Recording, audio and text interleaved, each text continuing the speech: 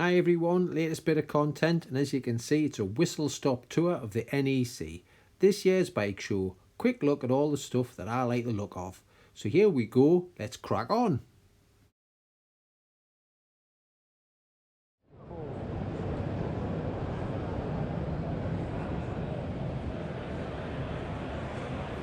First up, the Suzuki stand. Now I've had a few of these in the past, so I thought let's have a mooch around here and see what they've got to offer.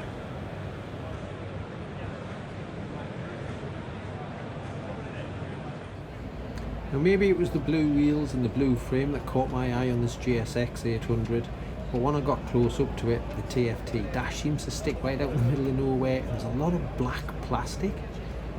Sadly looks quite cheap. Spec wise though, you get quite good spec on it. You know, you get your quick shifter as standard, 80 bhp, so a little bit down from the Hornet that I normally play on, but weirdly enough a lot more torque than the Hornet has. Hey, hopefully one day I might get one to have a go of, who knows.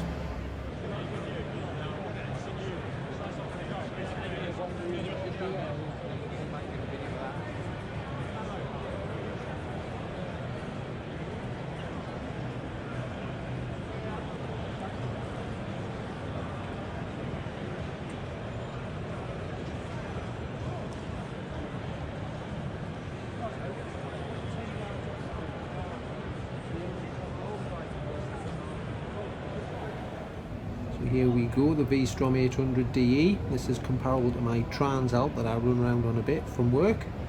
I really like the colour that's coming up now. This blue and yellow is lovely. Proper pretty bike, this one. So hopefully one day I'll get to play on more than Hondas and Triumphs and somebody lend a Suzuki. I'd like to have a go at this one.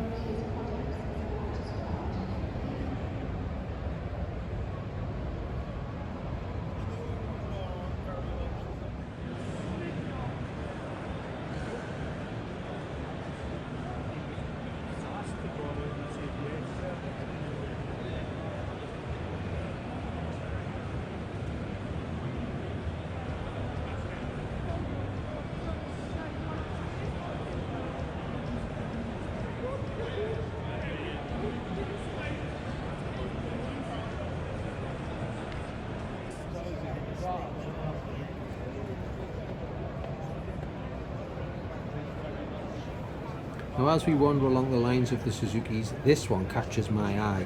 Now is this Suzuki's attempt at a Tracer 900, or is it a full-on attack at the BMW S1000 XR?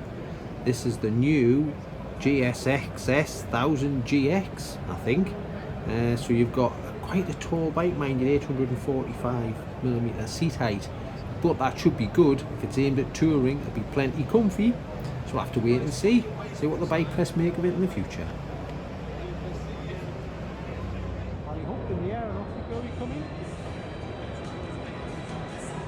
All the different colours on the Kawasaki stand really pulled you in, but one of my favourite things was on the back wall, the ZX10s in the old colours.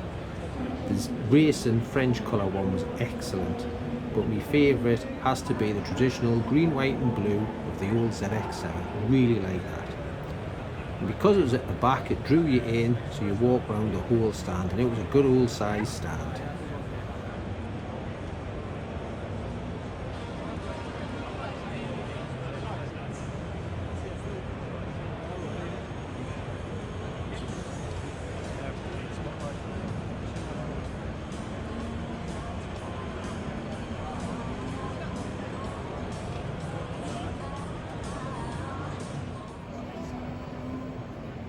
Now Kawasaki is living off its heritage like a lot of the manufacturers are lately, and you've got your Z650 RS, don't forget your Z900, which was a big hit when it came out, the Z900 RS.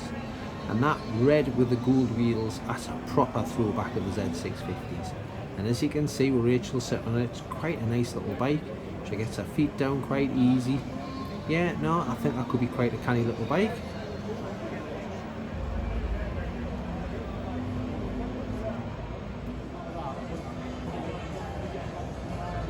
Now, as well as looking back at the heritage, Kawasaki always look forward, so they've got the supercharged bikes, but they've also got a set of EVs, which is quite interesting, a hybrid.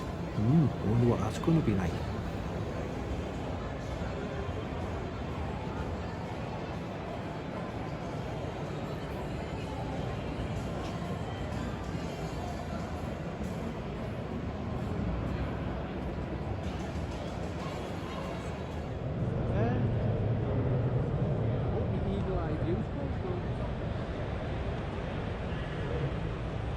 the Honda stand was huge, but Honda does things from its new little electric scooter, which just we're walking up to now, which is about the same sort of power as a 50, right the way through to the Goldwing.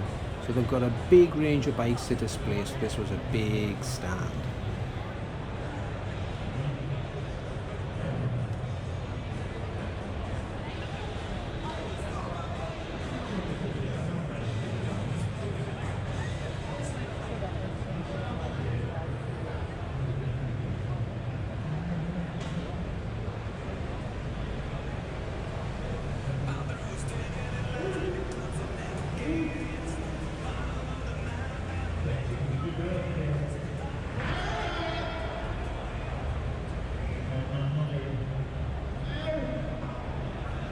Quick look at the NX 500 here. Now Rachel's 5'3". You can see she gets her feet down nice and easy. I think it's the same size as the CB 500X. We had a demo in the past, so hopefully we'll get a demo of the NX 500 in 2024. Bonny little bike that. Now Honda say it's revised the fairing. You can see it's quite wide at the front now. And when Rachel picks her feet up, her legs disappear, so I think that's going to have plenty of good wind protection on it. So it should make it a good little tourer.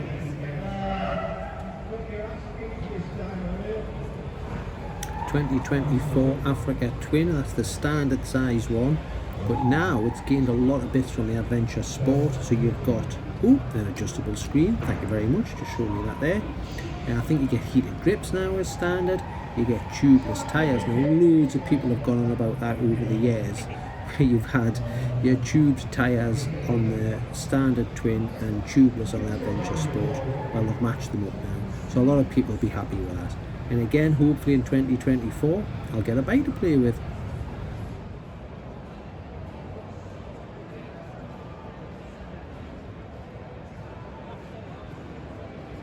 Now the first thing that drew me to the CB650R was that green petrol tank. What a lovely colour.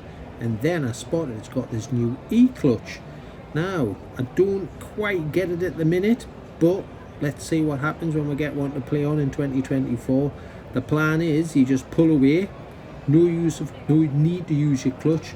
You've got a quick shifter fitted as standard, so you just wallop up through the gears and wallop down through the gears, and when you stop again you don't need to pull the clutch in. But we'll have a play and see what we think in the future.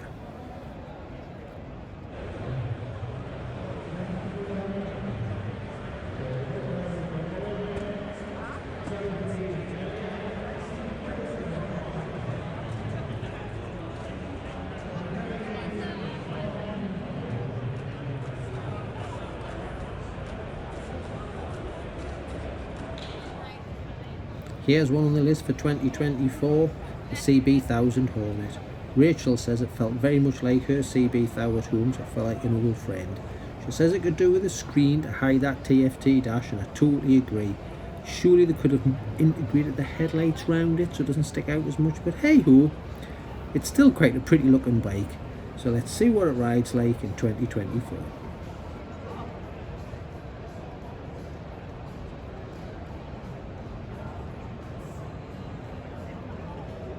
Loves you, it wants you.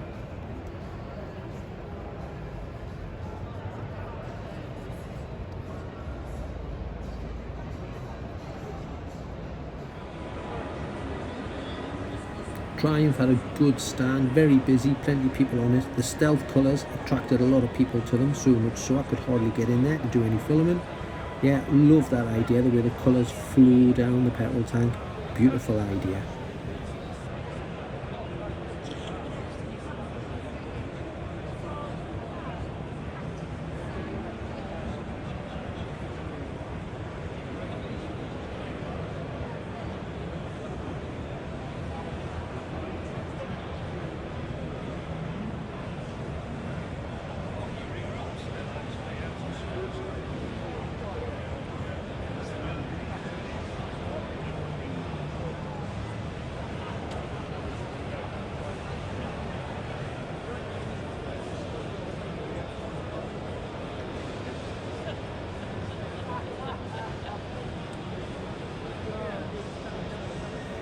So let's head over to the new Tiger 900. I think externally it looks the same. There's a lot of internal changes. There's a bit more power out the engine from 94 to 106 and a bit. New dash, I think there's new Bluetooth connectivity, new braking system on it, and also runs the same idea as the Honda, so you get your emergency braking when you slam on the brakes, the indicators flash. But hopefully Kev at Newcastle Motorcycles, the Triumph shop, will let me have a play on his demo in 2024.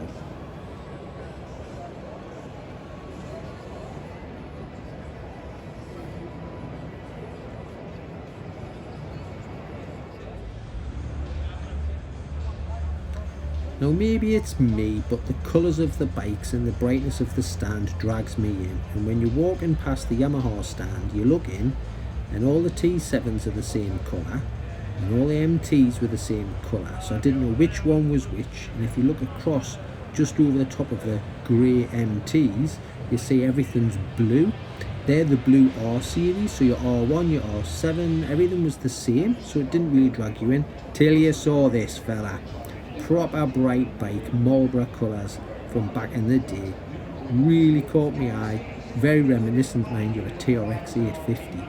But I did love the look of it. What a bonny little bike.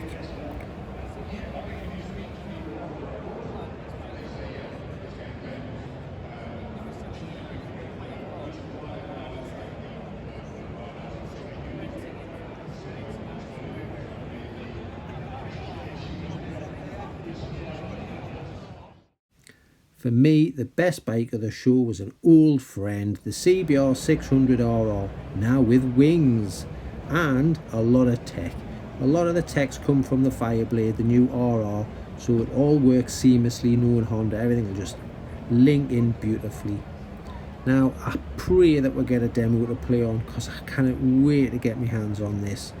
Hopefully it's gained a bit of power. I mean, it's 119 bhp at 14,200 revs, so it's a proper little screamer, this bike.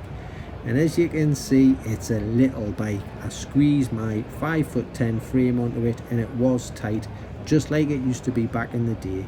Curb weight 193 kilograms. So let's see what it's like if we get a demo. Please Honda, please, please.